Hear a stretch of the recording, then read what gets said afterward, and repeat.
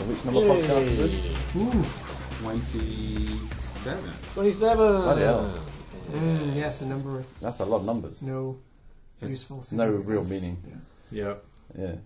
Why aren't you drinking then, Duncan? You're pregnant. I'll fall asleep. No, I had no sleep last night.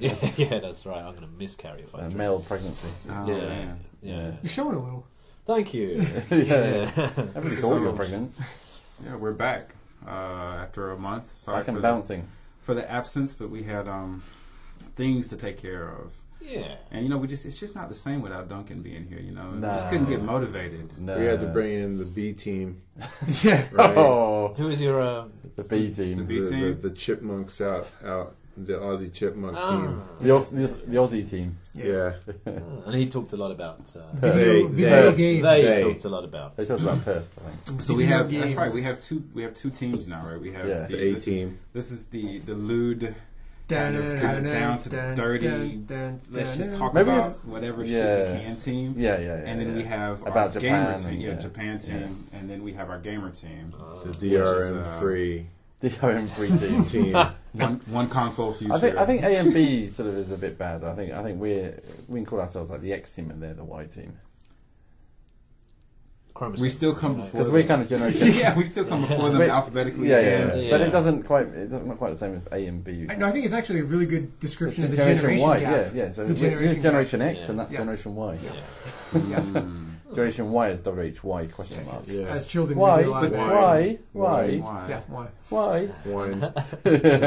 Oh, Generation Wine. Or why? Owen's Oh. case, generation I don't drink wine. It could be that. It could definitely be that. He doesn't drink a drop, right? Yeah, we'll get to that in the Thing. GDC section. Oh, Ah. that was a bit of fun. The only person drinking today is You. The only guy who I have can't to handle drive. it. I've got three Don't drink and drive, three folks. beers. One of which is a spring special, right? Yeah. You know, they say it Or is says it the same with it's the just a same. different It's just with a design, different design. Yeah. It's just a cute label. Because in the autumn they bring out the special beers, right? Yeah. I was looking for the Genteban, but Yeah. It's a nice, Nothing. pretty can. It Pink, is. pink beer. Nice You can. get flowers all over your can. It is, yeah. It's kind of nice. That would not sell well in America, would it? Or in the north No, of it's not, England. it's not much. In the north of England, you're not going to buy a can of beer that's covered with flowers. not enough tits on this beer. Exactly. They've got a lager in the north that... Oh, they like birds? Purple Can Tenants, which is... they don't do any advertising for because it's the drink of the homeless. Yeah. It is. It's like 8%. It's like syrup, you know what I mean? And Yeah. it'll keep you warm if you're sleeping under a bridge. Wow. That's its job. So you were elsewhere. You were elsewhere for a bunch of months. Yeah, I was. right? Yeah, Were you yeah. a bunch of Were you months? sleeping Yeah. on the bridge? Yeah, we somewhere. did tenants. Yeah. Yeah, you were in like something like Peru. Yeah, Bolivia. Venezuela, Argentina. Yeah, Argentina. Ibiza. We have a lot of fans in Venezuela. But anyway. No, I've been brainwashed. I was in a country called Catalonia, which happens to be part of Spain, which are the oppressors. Is that a type of melon? Yeah. No, we were I think in it is, Barcelona isn't it? for a couple of months. We do every year. We try and get away from the winter here because it's so brutally cold, and we bugger off over to Europe. And it's cool, man. The place is cool. It's good football, good vibe, good food, nice people. How's your Spanish? This is the thing, because I wasn't kidding before when I say it's a separate country. They speak Catalan there, so you can speak Spanish in Barcelona, but you're going to get the kind of Spanish is they kind of resent it a lot of the time to speak Spanish. Oh. And What is Catalan? How does? Wait, so I've is never heard this language. and semi-serious question? yeah, Is this where Catalina salad dressing comes from? no. No. It's, What is Catalina salad Yeah, dressing? I don't know about. It's like a variant of Russian dressing. Okay. Like Russian is pinkish, Catalina's a little bit redder, a little bit more strong flavor, but it's a salad dressing called So if anybody's Catalina. listening and they know what that is and where Yeah. it comes from, Yeah, please write let us in. know. Yes, Yeah, but do not send us any because they should be nasty. Yeah. Oh, really? It's Yeah, not, it's not, no not no tasty. no es bueno, as And they the say. first Oh, it's person, nice, bueno, eh? the first person to correctly submit the answer will win nothing. Yeah. Yes. Yeah. Enjoy You it. win our win a undying virtual- admiration. A virtual pat on the Actually, back we probably won't even care that From much. Jamin. from Jamin. A virtual pat on the back. You'll be Okay. virtually touched by Jamin. Yeah. I'm trying Probably. to think if there's anything there from Catalonia. You're like what, a creme brulee, right? Like a vanilla dessert that you flame the top Yeah. of with a thing. That's called a crema catalana in some. What did you say? What did you say then? Crema catalana. Ah, okay. Catalana is Crema of catalana. Catalonia. Do you think they just took the creme brulee and just named it themselves? Isn't that a type of bean, Yeah, they were just like a like white hella bean that brulee. they put in soup, or is Yeah. that We're cannelloni here. or something? Is that related? I don't know. The cannelloni beans. I can't say I know, to be honest. But they want independence anyway. They want to get out of Spain. And You're saying Barcelona is part of Catalonia? Barcelona would be the capital of Catalonia. Oh, right. Yeah. I didn't So realise Catalonia's like a such a province, big city was or- part of That's it. right. But Yeah, Murcia is but they tropical. see it as a country. See, and Spain's actually a loosely held affiliation of states that kind of hate each other. Yeah. Wow. So Well, even they all- Barcelona then mean they want to get away from Spain. They want to be their own thing. That old chunk of, and there's a part of France too, Perpignan in Mm-hmm. France. That's Catalan, but Paris doesn't play any shit. Yeah. There's no They never- talk really there Yeah, of anything yeah, like they, that. they don't, So, they don't put up with that shit. You want to know something like the any of these little regions secede, they'll see they'll get what's coming to them. Like They Texas. can't survive. Texas, yeah, like Texas. God bless. It's like create your own currency. Let's see how Well, long this is that what works. they want to do, right? Because they say they have the same GDP as Austria if they were. And they got a decent chunk of industry, there, Uh-huh. which would be shit for That's Madrid. better than Scotland, which kind of probably has Right. the GDP of like Swindon. Yeah, exactly, right? Yeah, so the Scottish. GDP of Q. So they're going to try and get a vote on it. Madrid says you can't do a vote on it; it's unconstitutional. So and the only I knew about the Basques before I met my wife. The Basque region, they blew shit up, right? They got upset with people. The train dudes that blew the trains and shit, right? They were Basque, yeah, weren't they? Yeah, well, yeah, they blew up stuff in Madrid. And, Yeah. they Killed killed people like the IRA in India. Yeah. So you can't. Yeah. All right, you're upset. I understand. You blow shit up. And I didn't know the Catalans were upset as well, but they are. Everyone's pissed off. Yeah, yeah. Worst secessionist tactic, man. I'm just gonna blow all my shit up until you don't want it anymore. Yeah. That's it. Yeah. They're not gonna make It's their like- own money. It's like Yeah. And then they'll join the euro it's like, Yeah, yeah. then they'd be like, if it's "Fuck." still around. Yeah. It's like a kid having a tantrum, isn't it? You know, Yeah. so, like And how do you like fight smashing up all your Easter eggs Like so your fight it. friends can't eat Your them. 11-year-old moves out of the house, starts having to pay his own rent, Yeah. get a job, not legally able Uses to your get a credit job. card. Yeah. No. Your 11-year-old. Yeah. Oh man, your little goblin's she's gonna have Rough a time at 11. At 11, you kicking her out at 11? Yeah. Like, You gotta Cosby your kids. pay your man. rent. Drop her off. Is that what they call it? Cosby the Kid. No, I was just thinking, he had all the tough life lessons. Like, remember all his kids wanted to move out, and there's like episodes where he's like, "All right, sure, go bye." You gotta put the pudding in the pudding pops. Yeah. The pudding in the pudding box. Yeah, So it's a Bill Cosby thing. He Okay. sold pudding Okay. pops Yeah. back in the 80s. Okay. Jello pudding pops. We can Well, YouTube lovely. this shit Bet they were later. good. Yep. So you had a good warm time in Yeah. Catalonia. Yeah, it's warm over there, and How are the women?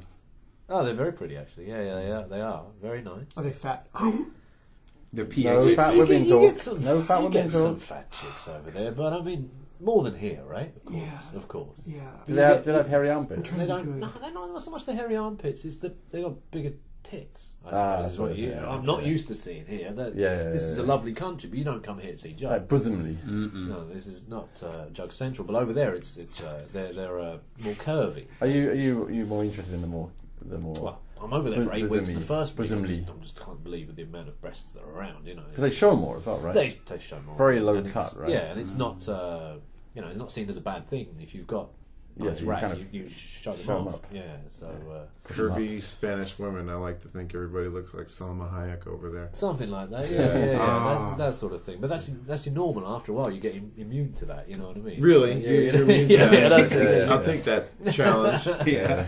Let's do the podcast Not immune. in Not Catalonia immune. next 7 weeks winter. on. Yeah, we should do the podcast there. Yeah. Well, I mean, if our Only podcast this catches one. on, if we get a few more million viewers, we it. could probably. Let's make it Or a few more happen. $1 million. We need to do a location, shoot. RT this podcast. Yeah, to 1 million people. To a million gajillion people. Let's Yeah. blow it up. Well, you must have seen They're a all- fair share of Yeah. of racks and stuff in Mexico when you were over there. I mean, it's the kind of the same sort of gene pool. I think that make. Well, I suppose. Yes. Kinda Did you shorter, see though. enough Mexican racks? I didn't. I did see. Mexican women are definitely very curvy. Yeah. which I enjoy. I like to think that there are just a whole bunch of Salma Hayeks over there. You don't actually know where Selma Hayek is from, do you? She's Mexican. Yeah, Oh, right, okay. she doesn't look like Frida Kahlo No, she doesn't. though. I went to that museum. That bitch Oh, is the not lady with Salma the- Hayek. A moustache, right? Yeah, she got a mustache and a unibrow. Yeah, It's yeah. like a big equal sign. It's like She's for marriage equality. Oh. Oh. So you had a good time. So Yeah. shall we move on to Milky then? Yeah, you had a... Let's hear about Milky's trip to New York post GDC. Or we're going to start at GDC, which you've got a long story ahead of you. You're going to talk about a lot of shit. Man. Really? Yeah. I thought we were just going to go to BitSummit. No. We've got bits. I haven't talked about it. We haven't had a right. podcast since BitSummit. So we've got BitSummit, GDC, and the first class United flight. In fact, this could be Milky. Actually, has been he's the common thread through all of this. Yeah. Except he's never been to Catalina. Exactly, and that's how we got Duncan out the way what we have in common. Yeah. I have never been there, and you have. Yes. Yeah. So there we go. That makes cunt. That is true. We discussed that we were going to use the drop the cunt bomb more. Yeah. Yes. I'm sorry to everyone that listens to this podcast. This will probably be on the same level as the first podcast we had in the summertime. I we were incredibly misogynistic and sexist. But it's only people in certain countries. You can't use the C word. With all due respect, Americans have no idea how to use the whole country. Yeah. And none of us here hate women or have any issue. But it's not a hate women word, is it? No, it's totally not. People in America, they think it is. So if you call someone a dick or a cock, you don't hate men. Yeah, exactly. So I just want to ask you this real quick. I had this discussion with Dylan. So if nobody had told you that the word cunt is the worst possible word you can use, and you heard that word, would you know that it's the worst possible word? Or did somebody tell you that it is, and then you're just like, oh, I guess that's the case, and then from that point on, you're like, oh, can't say that word. Moot point. We all know what cunt means. Really? Yeah. Oh. Yeah, if you didn't know what fuck meant, you'd still, if you didn't know what it meant, it would just be a word. My point is that people are a bunch of fucking bitches. No offense. They like to bitch a lot. Yeah. Actually, you say the word fucking, you don't hate fucking. So I don't see what the problem. Yeah, I don't see what the problem is. It's really fucking stupid. I think the great late Bernie Mac had a great treatise on the word fuck, and I think everyone should go and Google that. Yeah, it's on Kings of Comedy. Kangs of Comedy. Sorry, I was corrected. Whenever I speak in the Southern dialect or slang, Jamin goes like the Swedish chef. Work. That's work. Anyway, Milky, I know you're very tired. And I'm jet lagged. Say some shit, Just FYI, I'm jet lagged. I like your blonde look. Well, it's not new, but I like your blonde look. I haven't seen it. Thanks, buddy. Speaking of Swedish, that was for BitSummit, and I'd just like to say publicly on record here that you did an awesome job at BitSummit. Thank you. BitSummit was a big success. Just to set the scene. Respect knuckles all around the room. I left mid-January, and we had just had a meeting, remember, just before I left, and we were talking about the absolute initial start of it, and we were sitting there, and we're like, fuck, this thing's in 2 months. You know what I mean? This thing's in 2 months, or like 7 weeks, and we're looking at each other like, oh, fuck, how the fuck is this going to get done? Yeah. And you knew, right? You were like, I can get this done, just get the ball rolling. Shit and bricks. It's so funny, like our studio manager's in the room, he's like, man. Yeah, no venue. Oh, none of this stuff. Yeah, you were in the meetings with me. It was like Tomi-san, Yoshida-san there. Every meeting, it was just like their heads in their hands. It was like, man, what have we signed up for? Well, yeah, I mean, to be fair, I mean, Tommy did really put his finger out, though. Oh, yeah. He kind of did put it all together. Oh, okay. So, shout out to Tommy. He had to put it out of somewhere. I can't say where. Somewhere it shouldn't have been. Tommy is a champ, man. He knows. He does everything. So he on the Japanese side, Tommy was very instrumental in getting things. Oh, Tommy.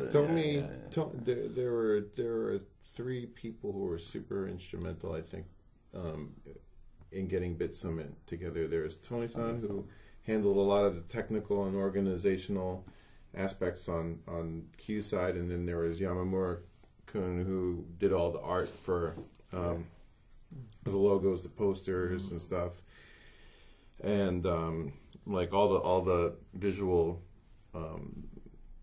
material for the website. He was a super champ, and he was doing that on top of all of his Q work and all of his PixelJunk stuff. His in addition to his gallery. He was busy for quite a while making T-shirts for me. He had a lot going on. He made that T-shirt. I made the original design. He cleaned it up and made it look not ass. So he made the T-shirt. Yeah, essentially. Right. Jamie just pointed it out to him. I made the original design, motherfucker. Meaning you told him I want a picture of that and I want that word underneath. I showed him the picture that I made. I made my own version. Okay, you know what? Fuck it. I did nothing. Yeah. You could bit the idea from the Obama thing too. So you don't get no originality whatsoever. Yeah. And then the third person. It was my wife Joy. Yeah. She was super champ about this. She for 3 months. It was a full-time job for her. She was writing email because every developer that we invited had a wish list up to here, and they all wanted to know different shit, like who's sitting next to who else is coming, like where are they sitting, like what is the event like, what's the venue like, and they want to know everything. It's just like, can you make up your mind to decide whether or not the premise of this event is good for you, and if so, just show the fuck up, man. You know. So Joy was responding to everybody's thing. I mean, like especially with our guest speakers, they had a million questions, and she was answering these things sometimes until 2 or 3 in the morning regularly. Yeah. And she was pregnant the entire time too. So it was like, I was like, I had to tell her sometimes, you just need to go to sleep. You can just because this person wrote you at 2 a.m. doesn't mean you have to answer him at 2 a.m. So with the help of primarily those 3 people, and I was kind of kicking out my wish list of like, this is what we need to make it look professional, this is what we need to put on a good show, this is what we need to break it up and keep it from just being one long slog. It was challenging because we needed to get developers on board, but in order to get developers on board, they wanted to know which media were showing up. In order to get the media to show up, we needed to tell them what developers were showing up, and in order to get sponsors, we need to tell them both of the other two, like which developers and which media were showing up. So using our connections, we in our personal relationships, we got certain high profile developers to attend. Once we had those, other developers felt more comfortable, like, oh, okay, this is kind of legitimate. Q Games is involved, and and then when I told the media who was coming, of course, like Q Games was the focal point. I mean, because we spearheaded this thing. The media signed up, like the key media, like IGN, GameSpot, OneUp, Destructoid, Polygon, Edge, GameSpot, Eurogamer, right? All those guys signed on, and then when we had that stuff, then we were able to tell Valve. Actually, we were able to tell all the other people that Valve were coming because they were the first people the first group that we approached, and because all the Japanese developers wanted to be able to kind of decipher this whole Steam platform. So getting Valve on board was a big hook. It was very useful for them as well, wasn't it? Yeah. On both sides. That's great for them, right? For Steam and for the indies. And amazingly, Valve does not have a Japanese office. You would think that they might have like 2 people over here or something, kind of like. I know somebody that wants that job for Asia, right? Yeah. Right. I mean, Asia, not just Japan. Asia. No. All of Asia. Over at I shouldn't say where he works. You just blew up his spot. Right. I shouldn't say where he works. Formerly worked at. He's like, oh, you guys need someone to work in Japan. I speak Japanese. Please give it to me. But they do need someone here. Yeah, they do. Yeah. So the BitSummit thing actually ended up being super successful. I'll try and keep this concise, but the post-event feedback was superb from developers and sponsors and media partners alike. All the websites felt like this was something that really needed to be done. Like Brian Ashcraft said that this is how a gaming event should be. Daniel Robson said a lot of glowing things, sort of GameSpot, sort of Polygon, and Edge, and then talking to the developers, the sponsors afterwards, like our sponsors from Epic and Unity. Well, I asked them, what did you think? And also Valve. And pretty much the feedback was universal. It was, one, they all felt like their time was going to be well spent because they were going to reach out to this new kind of group of developers. But they did not realize how good it was going to be. It exceeded everybody's expectations. I think they probably thought, it's going to be something like a Comic-Con or something like. I like to say a Magic the Gathering, like card battle. Like here's some tables, here's a bunch of guys hanging around, and they're flipping their cards or showing their wares off. But the amount of people that we had packed into this room, which was in a concert hall with the full-on video projections and the sound system, and Professor Sakamoto playing the musical segment in the middle, and the high-profile guests that we had, that was impressive. But then to see all the developers in the room interacting with each other, because these are usually like kind of secular, cliquey, kind of small groups of developers who don't talk to each other. Not like they do in the West, where they all collaborate and kind of do this mashup. It's a lot more private here. Yeah, it's much more private, and it's and like I said, I got a whiff of that early on when we were getting all these emails at 2:00 in the morning from this developer in Tokyo, wondering like who else is going to be there because they have like this rift with this other developer, and that kind of stuff. So, and then it's like high school. It is. It's kind of like Jay and Nas. And then we had beef is not what Jay says. Nas. And then we one thing that really kind of made our event an event was that we actually had a relatively high profile indie debut at BitSummit, which was Pixel / Daisuke Amaya's Garo Blaster, which was nice. And he felt he said to me afterwards he was so excited because he felt like we had BitSummit just for him. He knew that wasn't the case, but he said it felt that way because, when he made Cave Story, that was something he worked on over the course of 5 years, and he just sort of put it out for free on his website, and it sort of just turned into something, right? But this was the first time, he never debuted a game like, it wasn't like a big debut of like, Fable at E3 or something like that. This was, so this was an event where he was able to debut his game. So that was a big deal for him. And so all of the sponsors felt like, their time and money was well spent, and they all said that we want to come back next year for BitSummit 2. And BitSummit 2. Yeah. Electric Boogaloo! Yeah. Oh dear. So knew it. Like that as a foundation is great, and like pretty much all the developers that we talked to said that they're looking forward to the future of BitSummit. But what was really cool was that I don't know how exactly to describe it, but like a government official from the city of Kyoto came to us, and because he heard about it. Because the Japanese media coverage actually blew up much bigger than we expected it to, like with Famitsu and IGDA.jp and GameSpark and Game Business JP, and a lot of Japanese websites did extensive coverage on this, and everybody was saying that this is their scene. Yeah, it'd be crazy if they didn't really, but I mean, but you never know. It's like a crapshoot sometimes, right? Yeah. Well, they were last minute, weren't they? Famitsu was last minute. Yeah. We had that mail like 2 days before, saying, "Can I get in?" Well, he suddenly realised he'd made a mistake. Maybe I should say the editor. Don't say the names.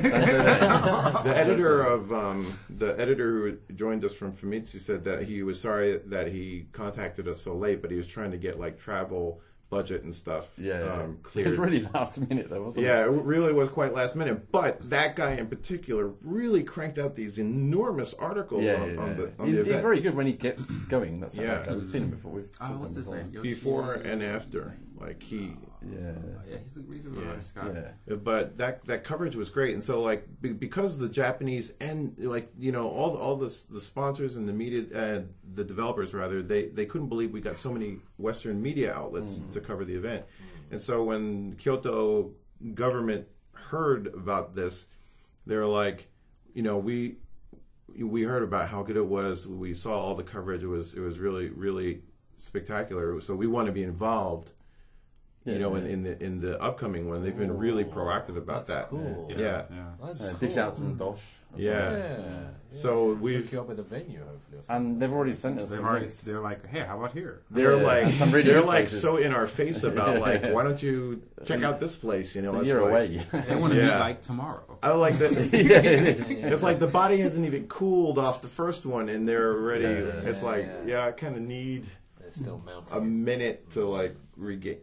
Gather my thoughts, but and we're still getting feedback from the developers. But awesome, good for you, man. Yeah, I think it's something that could blow up pretty well. Yeah. So I don't want to be a cock in the morning, but all day, every day. What didn't go that well, or what do you wish you had done differently? One of the big problems with the first BitSummit was that with the venue being a live house, we they had an event the night before, so we couldn't get in and set up everything the night before. Yeah. And because of that, and because nobody gave us their freaking presentations until the day of the event, we didn't have any chance to do a dry run, so that led to some delays between guest speakers in the beginning. And if we had, one, the presentations in advance, and two, a night before to do a dry rehearsal, we would have avoided all that. But that said, if you take away the gaps in between, like the first few presentations, pretty much everything went according to plan. The only other thing I would have done would have been to more tightly police the media flow to the developers. The original intent was to have them go in, start different media outlets, start at different parts of the room, so they would be able to see the developers in a kind of organized fashion. But it ended up being like, once the media session started, all the developers just flocked to the media. Yeah. And it was kind of like just like this giant queue to organize confusion. Yeah, but it was cool. Kind of worked though, because I think that's what led to a lot of the developers like walking around and mingling and talking to each other, which stay there. Yeah. Which the guys from Epic Games Japan and Unity 3D, they said to me after the event was over, they were like, "We've never seen anything like this. Like in all the indie events that take place in Japan, we've never seen it happen like this." Which was fantastic to hear. So you had to show them how it was done, man. Yeah, and what I really liked was that the Western media really picked up on it. Especially Brian Ashcraft. He said like the premise was simple: get some developers in the same room as like the Western media, along with some some middleware providers or whatever, and see what happens. Yeah. And what happened was really cool. Yeah. So it was very successful. Do you know if some deals, I know it's only been a month since then, but do you know if some deals are going to come out of this, maybe, out of these discussions that happened that day? I have talked to a few people, and like I don't know specifically about the publishing deals, but I know that like certain groups like Playism or whatever have discovered some more games that probably weren't being published. I know that a few games actually got quite a lot of high-profile coverage in the West. Of course, Garrow Blaster was one of them, but then a lot of other games got noticed. Tengami. That got noticed a lot, didn't it? Yeah, it did. And they're making the rounds, so they're being proactive about it. And like the developers of Tengami came up to me. I actually ended up talking to a lot of developers at the event. I didn't get to see any games because everybody kept like stopping me at the entrance, and when I'm standing still for 5 minutes, then another developer comes by, and it just ends up being this huge conversation. But apparently it was like that at GDC also. Yeah, it was. Could not walk a meter down the street without Milky getting flocked by fans who are just adoring. What, male fans? Both. Yeah. I didn't see any female fans. Show all respect, dude. You're in the presence of 2 GDC speakers now, not just one like usually. Maybe Milky should do a GDC presentation about BitSummit, about how to get stopped on the street and talked at. About how to produce, how to run a proper con. How to not at GDC. Could do at GDC. I had a warm up because at GDC the IGDA's Taiwanese division met with me, asked to meet with me because they wanted to find out how to do something like this. And even the IGDA also connected. No, actually, it was Unity connected me with some casual gaming seminar in Singapore or something who wants like pointers on stuff like this. And, right. The thing that Japan has going for it that like I even told the Taiwanese guys like there's nostalgia with Japan. There's high profile developers that people want to meet. I mean at BitSummit we had Matsura-san from Nana Onsha, the Parappa creator, so and Ida-san. Just, so like just having to be there. A lot of I didn't know showing his game. He was coming. He was just like, and they got to make some weird games. Aquanauts Holiday, Tale of the Sun. I mean, we had some cool indie, long running established independent developers. So we had that. Japan has that legacy, like these other countries like that are beginning to have a huge presence in the gaming market, like Singapore and Taiwan. They don't have that legacy. They don't have that legacy because all they're known is for is like free to play games or Ebony clones or that kind of. Play now, free forever, my lord. Breasts. Yeah, it's just like so awkward. But Catalonia. In Catalonia. But it says something about, I guess, like the ripple effect of BitSummit, that these guys actually want to talk to us to find out how did we do this. You know? Oh, John's tripping. It's hot in here. Yeah, because you turned off the fucking air conditioning. That's why it's hot. Oh, we have to because it's a little too loud. It makes too much noise. Yeah, I feel like I'm not really on the podcast unless I have my headphones. Yeah, you know what I mean. Actually, you know what? After you took your sweat off, and after seeing how ripped your arms are, I feel much better about you tackling me and holding me down at the Hanami. Like I see those arms now, and I think I had no chance. And there are to fight photos back. of that tackle on Facebook. Yeah, I had no chance to fight back. Seeing guns like that. Now you're thinking, hold me now or lose me forever. Yeah, exactly. Come here and sit on my lap. Hold me. No, don't suggest that. Yeah. So well. Cool. I tell you one thing we need for next year is a bigger venue. I love the venue we had; it was very nice, but I don't think. Well, here's the thing. We started to realize how many people were going to come. Kind of. Yeah, but I think even if it had been bigger, though, it may have lost that sort of. Like, yeah, I would rather be a little bit crowded and packed and uncomfortable than empty feeling. When I say bigger, I don't mean that we should have we should be in the Georgia Dome or something, football stadium or something. I know it's just to scale it up. One of us gets. no one gets. But it was a challenge because all the sponsors came in like the last 25%. I mean, I was there for the whole thing, so I know how the money thing went down. Yeah. And the so thing went down. So I love the event. We originally picked a place that we wanted to be conservative, that would fit 100 developers or something like that. But there were about 200 people there. What did you have? What was your great crowd? stage. 200, It was had really a great good stage. Had a great stage. That's really good. And the sound system was on point. 3 projectors. 3 projectors going. Really good. That was good. So that place had a lot of things going for it. It was very pro. I'm not knocking that place like one bit. It really came off and for what we wanted at the time. And that press bit at the back was good, wasn't it? Where they overlooked the whole lot. Yeah. That was perfect. I had to kick people out of there. Yeah, they were just hanging out in there. Because I was like, this is for press. Please leave. Yeah. The problem, and I'm using inverted quotes, but the problem for us was that we only budgeted, because we had to make a judgment call on finding a place before everything was taken, because venues were disappearing left and right. There just must have been a lot of events that weekend. Well in advance, really. Yeah. So we ended up having to choose a place that the venue was set for. It was good for like over 200 people, but not counting having all these tables in the place, right, and chairs. So we originally were budgeting for about 100 people, but it ended up being almost 200 people once word got out. And then we had to turn people away like crazy. And when people away. Yeah, we would. Until the last minute, we were just turning people, because people were trying to RSVP like up until the day before. Right. So all of a sudden, it sort of accelerated at the end. Oh, yeah. And so we're still getting emails about BitSummit. Yeah. Can I go? Is it too late to get in? No. I mean, they're just like, do you know any other events like this in Japan? It's basically a lot of there are apparently a lot of foreign people here that are developers. Interesting. That live in Japan, and they want to be part of a scene. But there's not a scene. Yeah.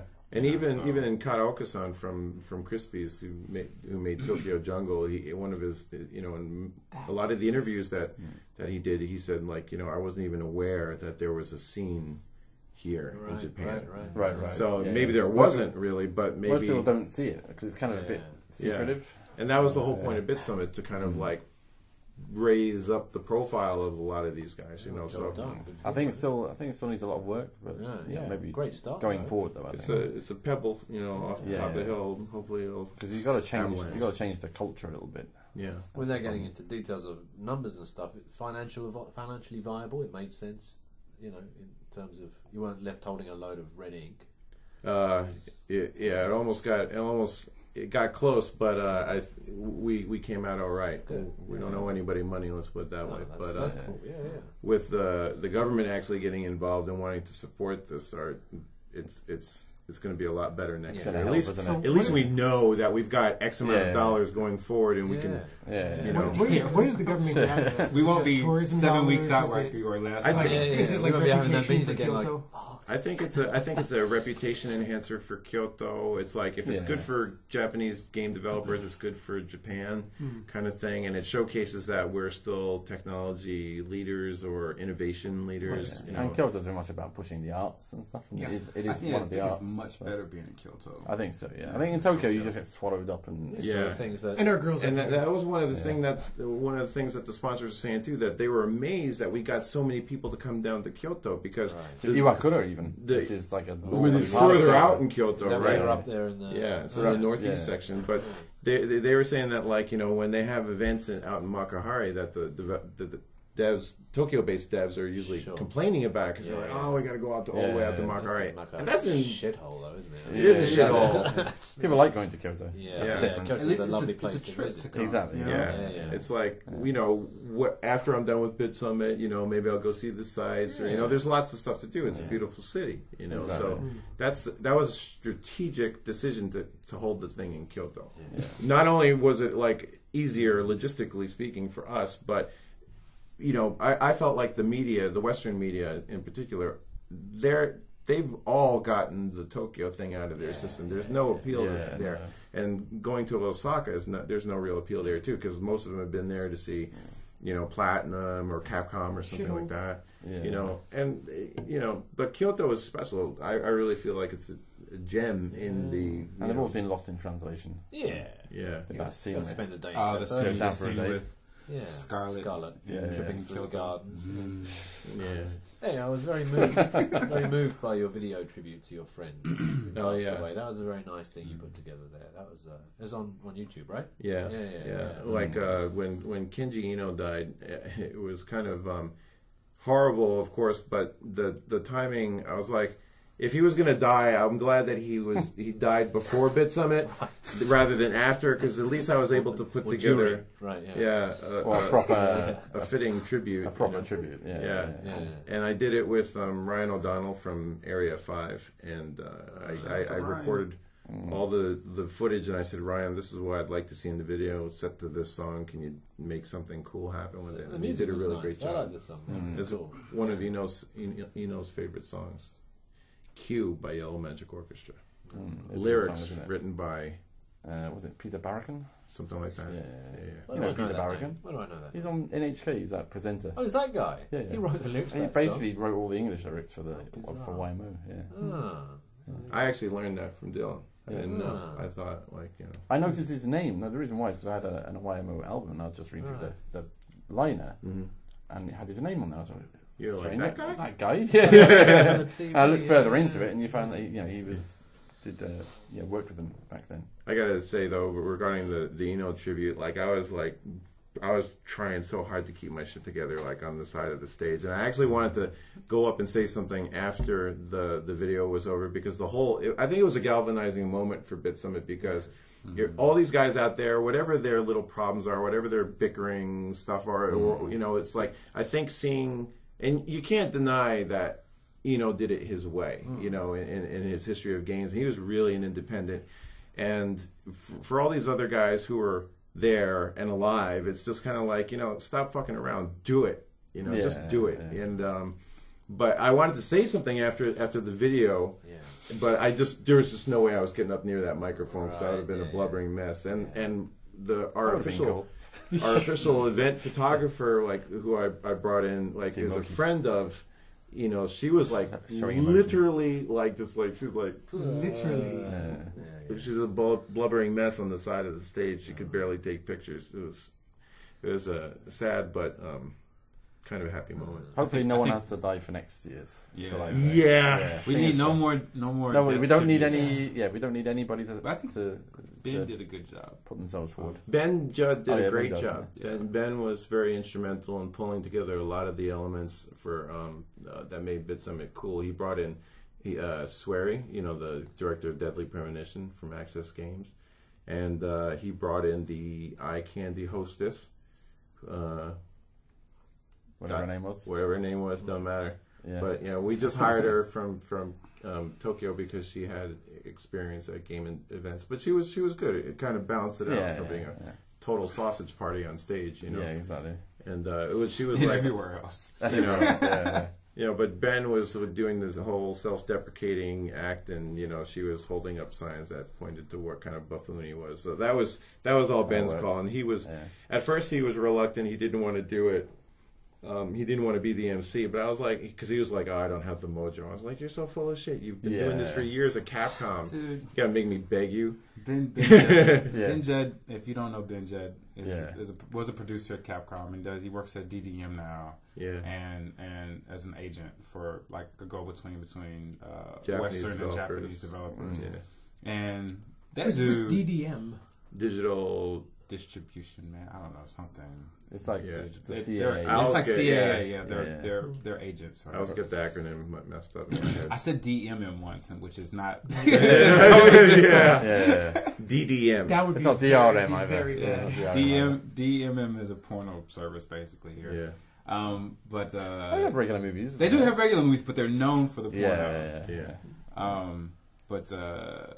Man, Ben is not shy at all. Like you can't even don't even let that whole facade. I mean, this dude gets up. Who have you seen Ben's balls?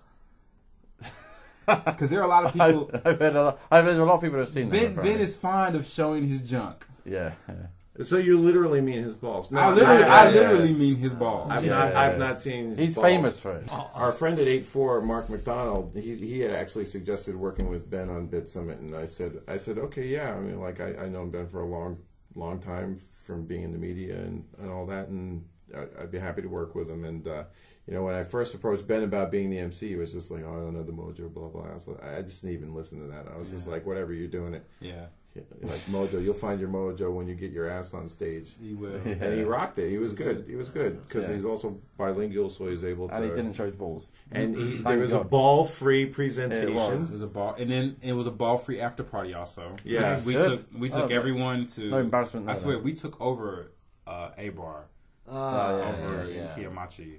We had That place is the fun. name of the place is A Bar, not a Not bar. A bar. No, I don't know. I mean, it's Admiral like Akbar. Akbar. A-H bar or A-hyphan bar. Place is It's dangerous. just They got a Yeah. tattoo parlor next door, so you can wake up with a Yeah. souvenir, right? That's dangerous. What's that place, Kaz's Bar, that you're always trying to go to? Oh, yeah. No. We Yeah. tried to go. We to tried to Kaz's. go, but it felt like it was You like can an get 5 inferno people in there. right? Yeah, Was well, hot. we tried to go to Kaz's bar with Like 20 12 people. Oh, I right. swear. That's a You lot get of 5 people. in there. Or And I was Yeah. like, when we went there, I was like, man, this is not gonna work. And nothing Right. good ever happens there, dude. Like, you always Kaz's come out bar? of there fucked No, up. no, I've Paul only comes out fucked I've up. only been to Kaz's bar once. And you came out fucked up. Cool, I did come out fucked up. Yeah. But I was fucked up before I got to the bar. Yeah. Dylan knows he watched me spill a bottle of wine, Yeah, a yeah, glass yeah. of wine.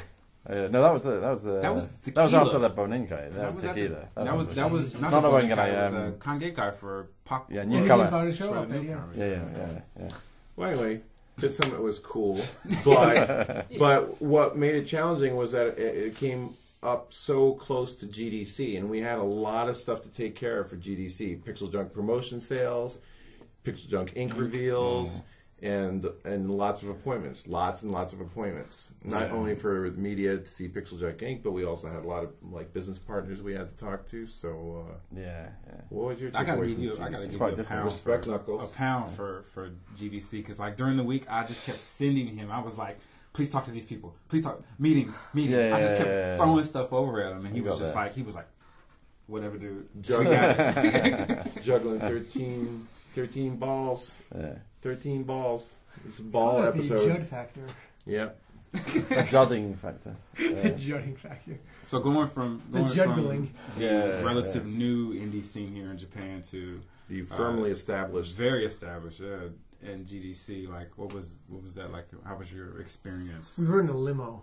Yeah, we did. Limo. I saw the Where pictures. does Yeah. that come from? We went out to dinner with Sony. Completely unintentional. Yeah. We went to a bar after. Couldn't find a cab. Fucking limo just drives up, and then we just get in it. All seven, No like one 7 or 8 ordered of it. us. No one requested it. We just fucking saw a limo. We got in it, and then dude took us to that bar. It was pretty good. It was pretty awesome. So It was pretty you awesome. guys having drinks and Right, stuff like Yeah, that, the pay for no. And limousine. I don't know. champagne. Sony paid for the taxi. Oh. But I mean, there are 8 of us in there. I mean, it probably is about the same price as 2 taxis. Yeah, right? it really wasn't. It wasn't Did that you? Was it a limo with a swimming pool in the back? Unfortunately, That's the not. first thing I bitched about when I got in. I know, Shit's right? supposed to have a fucking hot tub. You're like, There's what no kind fucking of hot tub. bullshit limousine is Yeah, this? I could fucking No walk. pool. No fucking limo. I'd Right? rather walk. Did they have I'd Jello rather shots? They had Jello. Really? Yeah, That was actually That's a Jello that's shot. a thing. it was a bar. What in the limo? There's a bar in the limo. I was With like, Jello. yeah. Yeah, Fantastic. right. Fantastic. Yes.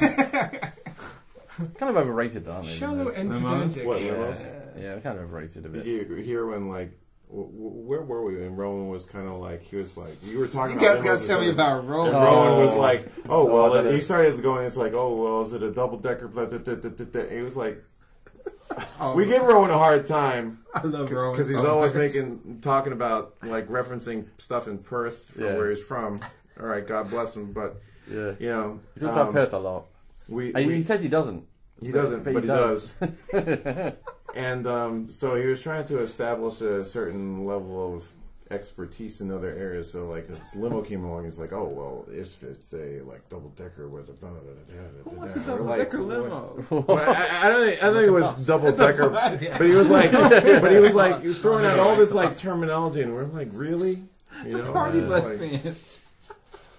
Dude, Rowan is an expert on Australian wine, apparently. So. No, an expert on wine in general, because remember, doesn't at the start of our No, he wine doesn't- tour of does not Napa, drink. yeah. he just kept on talking about all the different elements of wine. and Elements stuff. of wine. I was But he like, doesn't really? drink. We don't. Yeah, he doesn't drink. So it's kind of like, yeah, I've never fired a gun, but let me tell you about this It's very Beretta. academic. You know. Yeah, very academic. But what was hilarious, and it was so charming that he was trying so hard. But like when we were in Newton Vineyard, you know, he was like Amazing he was vineyard. touching the barrels as if he was like kind of like. He's like the wine No, he was whisperer. like, "Here's the He's barrel." the wine he was whisperer. like this. He was exactly. He was like the wine whisperer. He's like.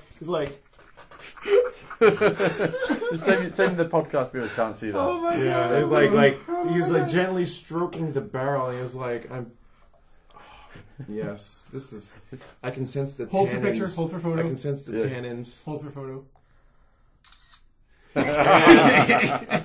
I was just like, "What are you doing? Get your hand off the barrel, man! Yeah. Stop touching the barrel." In the YouTube version of this, This that's gonna wine- go. There's Yeah, gonna be yeah, like yeah, it's gonna pop up. right there. This But it was wine like- has experienced significant trauma last summer. But I can the heal it. but the short version is kind of like, you know, he'd be telling Dylan like, "Oh, you know, well this wine, you know, this is exactly what they do with this sort of thing, and this is how they decanter it and stuff like that." shit. And Dylan was like, "Well, are you going to have a glass of wine?" No. Has he ever He was done- like, and Dylan, Of this 30-year-old Merlot. 30-year-old Merlot that like you. It was like $200 a bottle. It's like, just have a sip, bro. And it's No. part of the sample. Like the guy says, "Oh, we're going to bring a wine out from the library." Here's the special best It was- wine it you're was a ever going to bonus. try Yeah, in your right. fucking life. in your fucking life. If you're ever going to drink anything, Wouldn't in your even life, take a sip. This is the shit. Oh my Trust me. What's Trust the guy me. called about it? How many people say no to this guy? Even if you've like sworn off alcohol for the rest of your life, like yeah, it's shit. like you're Just- gonna have a sip of that yeah, one, right? Trust me, this shit was transcendent. Yeah, it was yeah, like yeah. it was from 81. Touching the face of Okay, Dylan. Yeah. you hold up like the new Merlot from 2009 next to this It 1981 was older stuff. than. It had more experience than Rowan. The Rowan.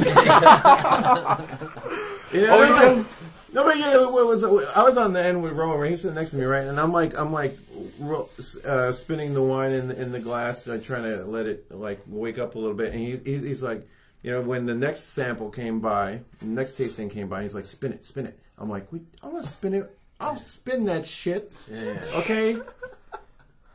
Just wait, just so I can. After GDC, they went on a wine tour. Yeah. Every year, to- right? Yeah, every year we to go. a couple of Yeah. well, To Napa, like basically. 10 vineyards, I guess. I don't know how many was it. I ended up going to 5. We went up about 5, but this Yeah. one vineyard was Was amazing. exceptional. Yeah. I mean, just from like all the vineyards in Napa and Calistoga, they're primarily flat vineyards, but this Yeah. one had very, very steep hills because it was founded in a time before they were forced to before the winemakers were forced to level out their fields to prevent like irrigation and Erosion. soil erosion. Yeah. And so the grapes that grow here are smaller and sweeter because they're grown at a particularly steep angle, and it was just a really, I mean, it looked like So the Alice land in was- Wonderland. It was. Yeah, the land was amazing, though, wasn't it? Yeah, Like, I mean, like the trees were actually all corkscrews. trimmed like corkscrews. Yeah, It was yeah, yeah. fantastic. Incredible. So I mean, we were just having a great time going through here. Even you drank the wine, right? I drank all the wine in all the places. right. I couldn't taste it, but I drank it all. Yeah. You enjoyed it. Yeah. But even Milky bought a couple of bottles and doesn't drink. Yeah. I mean, I can drink, but I just choose not to generally. Yeah. But I mean, I was just not after hearing I want to go to GDC. all the You want to go to Napa? all the thought but all the thought that they put into this wine, I was like, I've got to see what this stuff tastes like, right? Yeah. And the reason I wasn't drinking mostly is because I was driving too. Yeah. So, but It's America. all of this wine was, even for somebody who doesn't drink a lot, I could tell that this was just really high quality. It was just, love it. And we could tell that you could tell because you keep talking about it. Yeah. And just Well, this dragging on the part of the discussion. story. That's part of the what. story. That's Pooped by John, dude. I don't need this from you two. Oh, I'm going to give you a nurple. Oh, guys, grabbing my nipples. No, but leave my nipples alone. It was really good, yeah. And we all, did you Yeah. buy any bottles there, no? Well, my wife can't drink because. Okay, so you didn't buy anything. Yeah, no. No. But Dylan, you bought a couple bottles. right? Yeah. No, Yeah. it's good. you didn't bring those out for the No for way. Hanami. No. Yeah, like when we. So I was for some reason. Oh, we got good wine for the Hanami though. It was very good. For No, some but this reason, this stuff was too expensive Yeah, I'm for that. Yeah, no, because it's just going to be gone at the Hanami, Yeah. right? You have like Yeah. one sip of this like really good wine. I bought one bottle. $200 a bottle? Well, no, No, that was was the the best one. high end Okay. one. Yeah. And that was one the of the 1981. but still, I mean, like you can get a decent bottle of wine Not for like Reagan. $15, right? But like the bottles that we were buying were Reagan probably wine. like 60 and 100. Two bottles I got. One was 60, one was 100. Yeah, I got the same too. I The think. Thatcher wine. Oh, I got one. I got one bottle Chardonnay, the unfiltered Chardonnay. Yeah. So that like Oh, when my next kid is born, we can pop that one open. Hey, when's that due? September. Yeah. That'd be fun. September. And then the other bottle, which I'm gonna put in storage, is gonna be for like when that motherfucker turns like 21. Be like, I bought this when the year you were born. Are you gonna build a wine cellar? You're just gonna like No, just a one bottle of wine. One bottle. It's a pile of bricks. Yeah. Surrounding a Yeah. bottle. There you go. It's just called a wine rack. Yeah. Kyoto's pretty hot and humid, so you might want to Yeah. look into that. We have to preserve it. Yeah. Yeah. You can get those little refrigerators Refrigerator. For one bottle of wine. for one bottle of wine. But even Actually, no. There is actually a single bottle of wine cooler. is there Yeah. like It's like powered or just like It's a really cool a- design, actually. Yeah, it's powered. It's a Hook- proper up brother, I'll wine put that cellar. URL. It's a wine cellar for one bottle of wine. Is it really? Yeah, it really How is. fucking And it cool. looks really cool. I want to see it. Yeah, it That looks wine really bottle cool. is going to be more expensive. Think about 30 or The 30 investment. years of 20 electricity. years. 20 years of electricity. Yeah. Yeah. That's a That lot. one wine But bottle. it's trickle, it's like signing up for XPLA or something. It's like, Yeah, but at least this, you don't think about the real cost involved. But at least All this, those Microsoft aficionados. at least this wine cooler won't bombard me with advertisements for the Zune. Yeah, there you go. God. Yeah, There you I go. tell you what. Is that still around? The Zune? I don't know. I think it's like Windows 8. It's discontinued. It won't require you to always be online either. No, Nice. Topical. subtle burn. Yeah. Orthed. I would. No, you gotta be mean to him. He's I You love have to- you have to Adam. resign. I think Adam's great, Yeah. man. I think it's a fucking travesty. that was His a travesty. internet- Yeah. All the internet yobbos picked Made on to him. resign. No, he resigned himself. But he stepped got down death- intentionally. he got death about threats the and stuff. playing, right? What? Yeah, so the always on thing. yeah. Yeah, And it was just a comment to one of Everyone his get friends over on it, that Twitter. sort of The thing. creative. Yeah, but it was just a comment to his friend on Twitter. It wasn't even like to the general public. It was just they were realised trolling each other. He lost his job, or he They're had both to game He Step quit. away. He stepped down. quit. Wow. Yeah. Yeah, but he actually got death threats and stuff, and like Really? people sending messages No saying that getting he wishes He's a meme on the internet. The guy Adam Right. Orth. wishing that his daughter like would get cancer and stuff like that. Wow. Yeah, stuff like That's that. out of control. So, Our internet is Consumer so products. nice. yeah. But Wow. he was basically saying like, I don't understand what the furor over an always online console is about. And then, as Dylan revealed, like him and a friend were trolling each other. Yeah, they were just going back and forth, And as they're- you do, And he was like, well, like like we but do on here. What if you don't live in a place that has like you live in a city with great connections? What if you live in like this town or this town? And he was like, why would I want to live there and stuff like that? Yeah, but it was a personal message to his friend.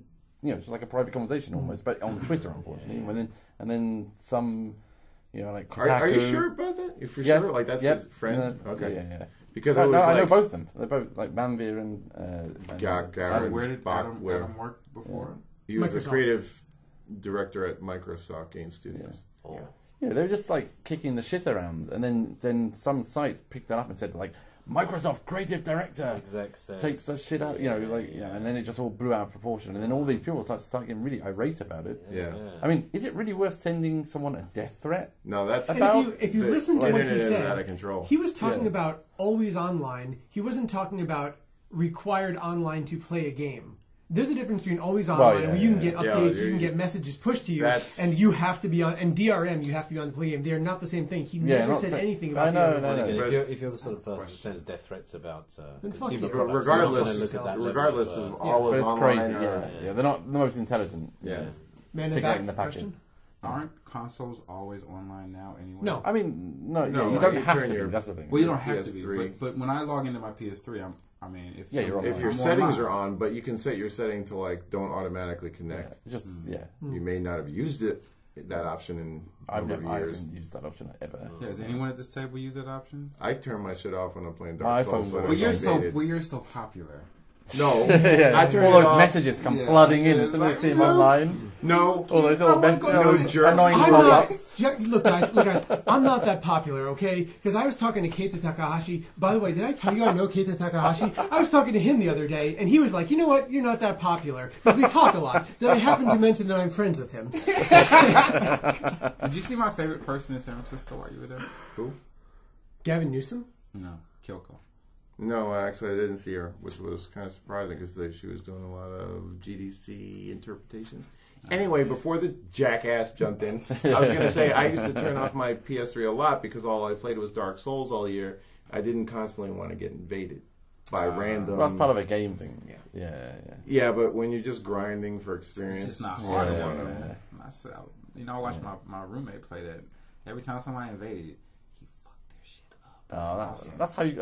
I have a. I was like, play on my account. I have a I need some trophies. Yeah. I have a high fuck their shit up ratio, but sometimes you're just going for some boss or something that's just you don't want to get interrupted, like through the forest with the cat. You're blind. That forest cat. Yeah. But yeah. Would you guys? How was 4 a.m. at GDC? Oh, it went down well. Yeah, we didn't Yeah. win as we thought. Yeah. Well, It was being nominated though. What was surprising was that Excellence in audio. I really thought that just because they had all kind of like the buzz going in, that Hotline Miami would win the best audio just based on your I was soundtrack. so fucking glad those guys lost. I'll But- get to that later. Yeah. But what was really surprising was that they I don't didn't like it actually either. win anything. It was, what But was to me, that game isn't all that interesting. So yeah, you but know, I mean, it's just to the each his derivative. own, but It's just derivative. what was the game that won 140? It's called 140. Won the best audio. The one that's a bit like Excellence in Sound audio? Shapes.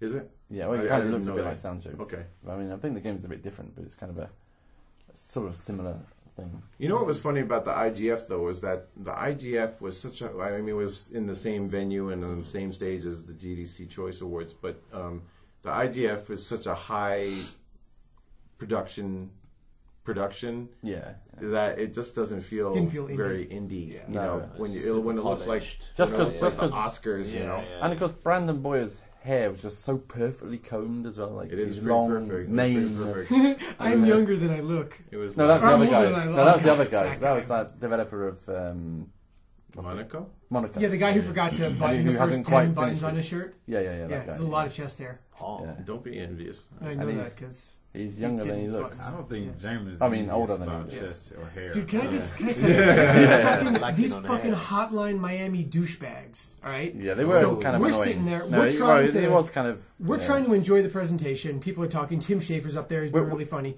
The Hotline Miami... Are we still recording? Yeah, no, Yes, I'm we saying are, we're just This explain. We're at the front in the sort of nominee table area, right? It's Yeah. like you get wine, and there's a bit of food, and everybody's like, it's kind of like everybody's a developer. It kind of feels it's a good place. But then, okay, I'm just setting the Right. scene here for The Jamie's table next to us didn't even adventure. know it was the Hotline Miami guys until afterwards. These dudes have their entire table, corner to corner, covered with empty beer bottles. So you know shit's going to go down. And and they're basically corner to corner. It was a round table. I'm not good with shapes. I'm not a graphics programmer, and the whole fucking time these dudes are just like. Everyone's trying to be quiet. So you could hear Tim Schafer talk, and these guys are like yelling back and forth in their conversation. They're like, "Yo, I haven't masturbated in like a week," and they're fucking talking to each other really loud. And I lean over to them, and really loud. I'm like, "Dude, can you please be quiet? Like other people are trying to listen to the presentation." And dude just turns to me and just goes, "Shh." I swear to God, dude, and I don't want to start a rant because I'm not. We will move on with the podcast. Sorry, rant began. People like that are why I have such a bad image of indies. Yeah. Like, there's nothing wrong with being indie, dude. No one wants to be under a publisher's shadow, but it doesn't mean you have to be a fucking douchebag and act a fool. And rude. Done. Yeah. Actually, that's the problem I have Kessler with fish. out. So, GDC went well. This conversation could go so many ways. I'm just going to shut my mouth. Yes. Shut your mouth. So what did we have? Oh, I want to hear about this. Right, we can wrap up the podcast with this first class United trip. So you had some good news. You actually flew to New York after GDC and Napa. Yeah, this is really anticlimactic, but It's kind of wickedly funny from our point of view. Airline of the year, well, right? well, Apparently, after Milky is a first-class asshole for flying with United, so... yeah, okay, whatever, Jamin. But so after GDC, I flew to New York to spend a week there, and I got John Comics. Whether I don't know if it was a first class or business class ticket, but it was literally like seat 1F. I was like window seat, first row in the plane. I thought like, oh, it's gonna for at least for a 6-hour flight or whatever, I'm gonna be able to ride in comfort in one of those real cushy. When we flew to San Francisco, we flew on ANA, and they all looked like these. Each person had a cockpit up front, right? Yeah. And it was good. I don't know what you're doing. You look like you're He's dancing. pointing to a cockpit. I'm pointing to my feet. Why are you pointing to your feet? Oh. Because there's another story that we need to right. tell. Oh, okay. All right. All right. But so the flight. First of all, United just sucks on all levels, and it always does. It consistently sucks. They were like the highest rated airline in suckage.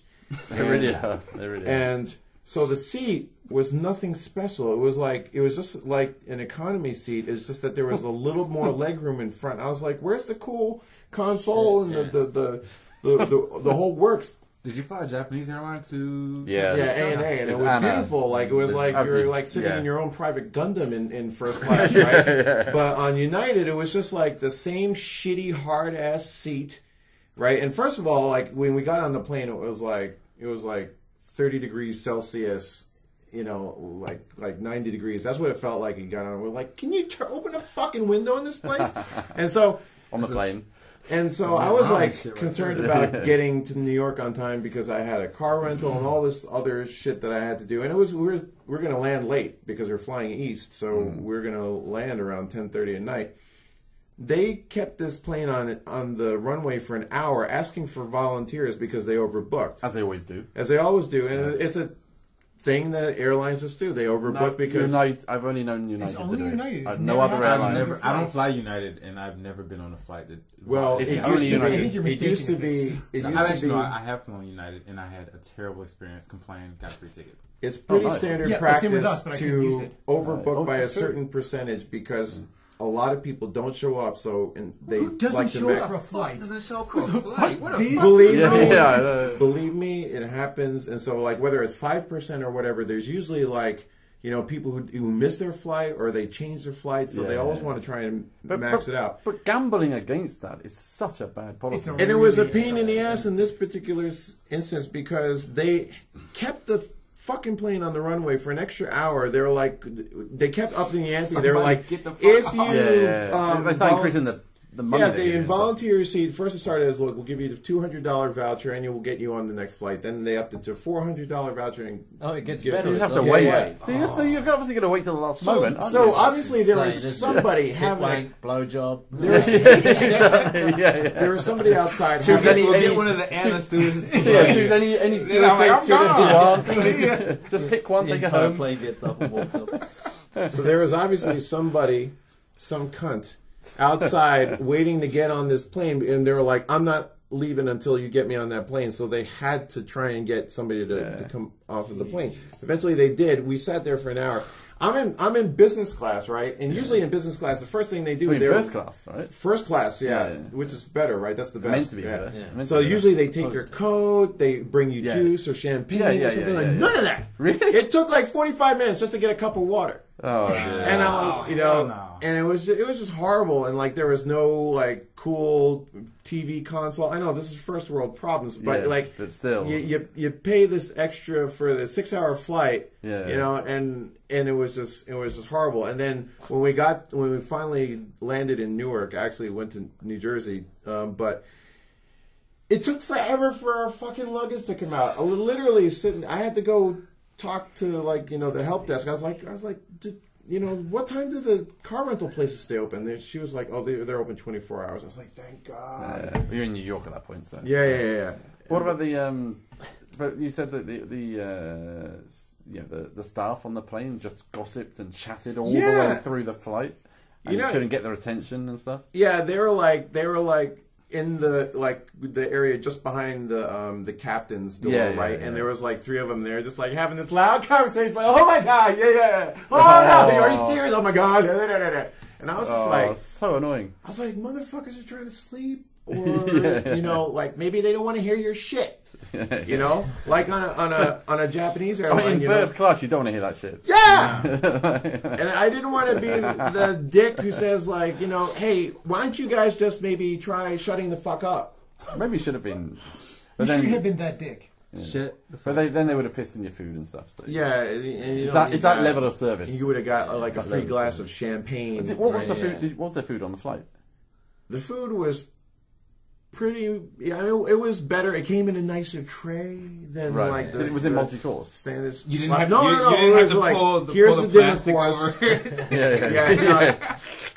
There was nothing first class about this. I was really upset. Yeah. In addition to the inconvenience of like waiting because they fucked up with the overbooking. Yeah. It was just. Well, we once were flying to GDC and they on United. Or was it GDC or E3 or something like that? Were you there? I can't remember.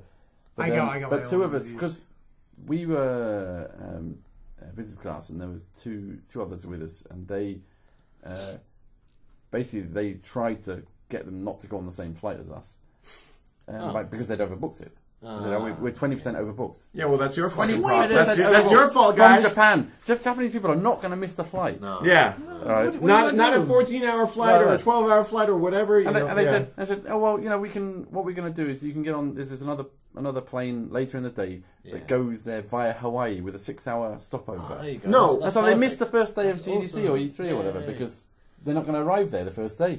And stuff like that. But they didn't.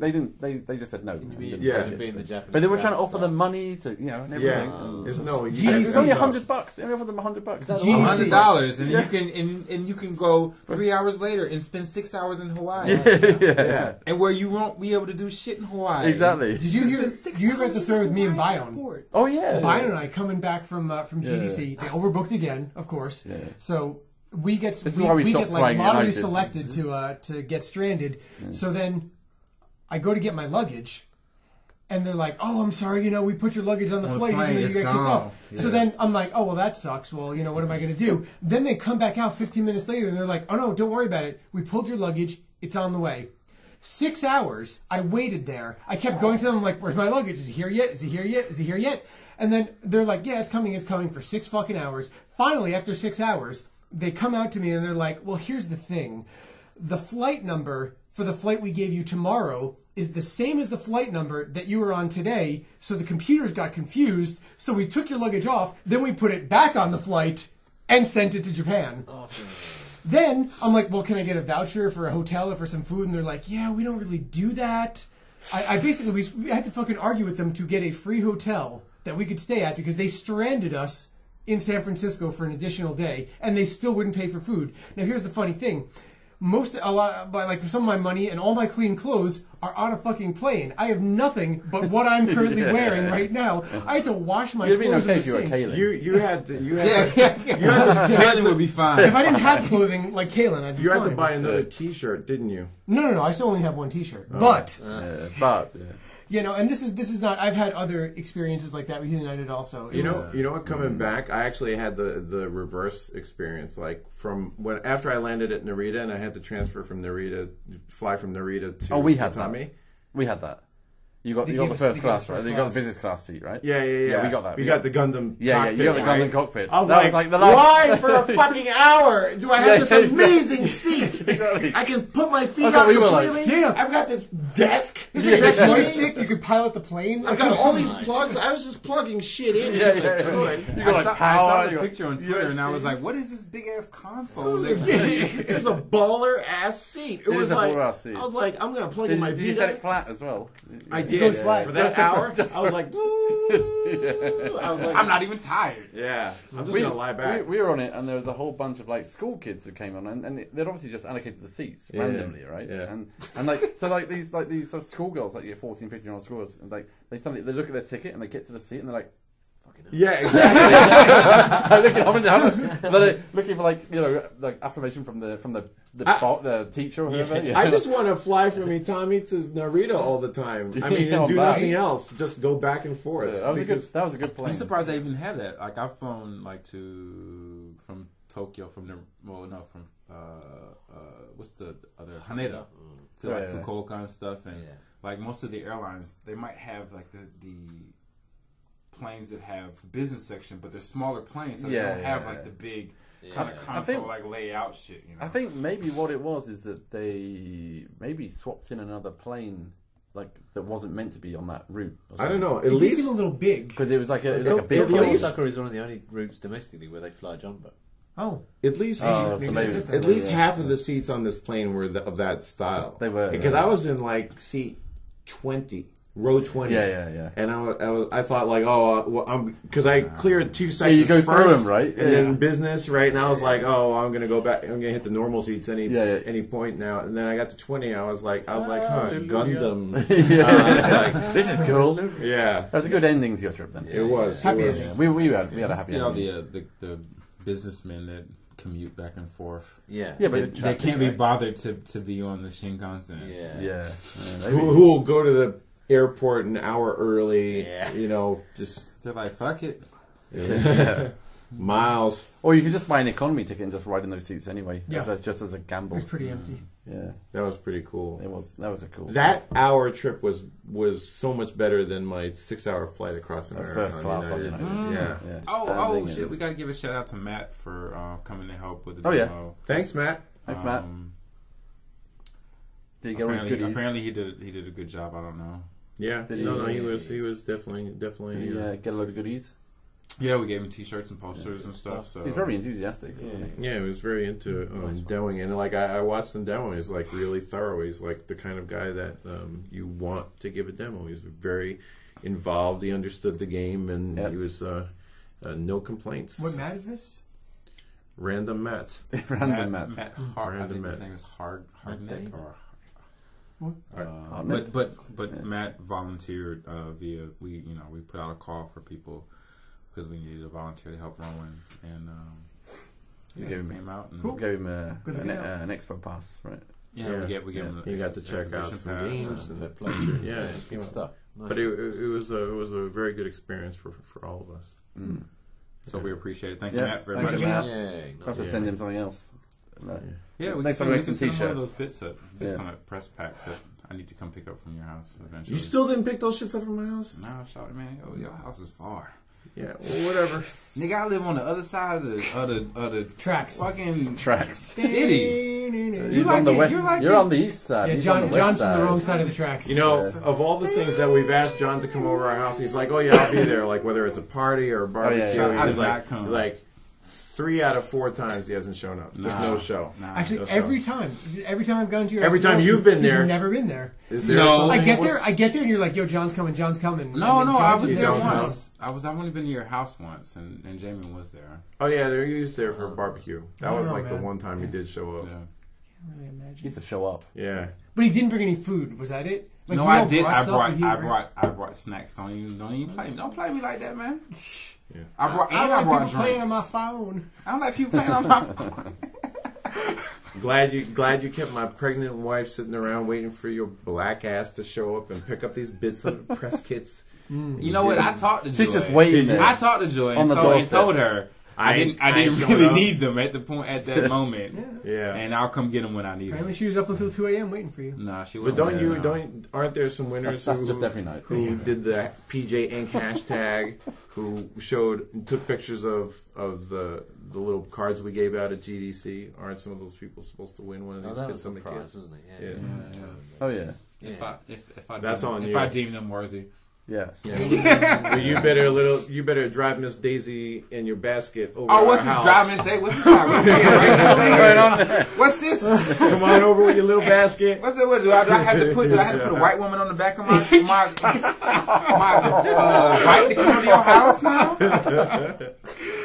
Yes, It seems that audio's clipping a bit there. We're going to milk his house. Go get some. You better soft shoe over my house. Best ending to any podcast ever. That was a good one. Soft shoe over my house and pick up those press kits.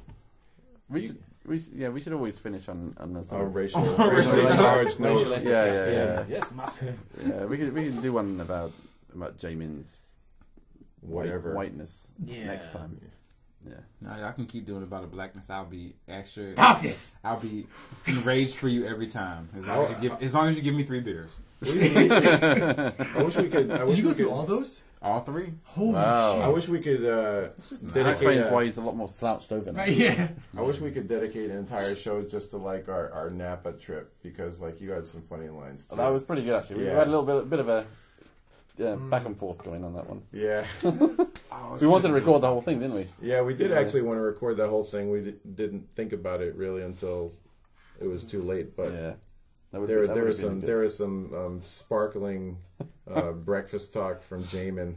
And Dylan's dry responses were just like worth their weight in gold. It was good fun. Yeah. It was good fun. Jamin the mathlete. So we're going to wrap this up then, because that's an hour and a half, so John's got some work for him. Yeah. All right. Oh, why cut any of this? It's all gold. Yeah. Yeah, agreed. Also, don't be lazy. Yes, sir. Yes, sir. Okay, let's go. Yes, sir, Jamin.